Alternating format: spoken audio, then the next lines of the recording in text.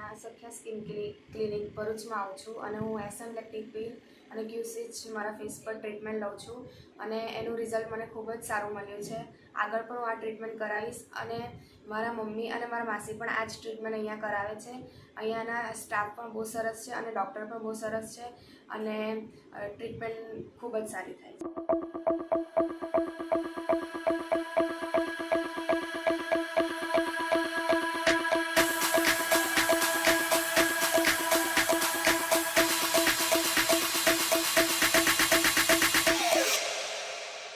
You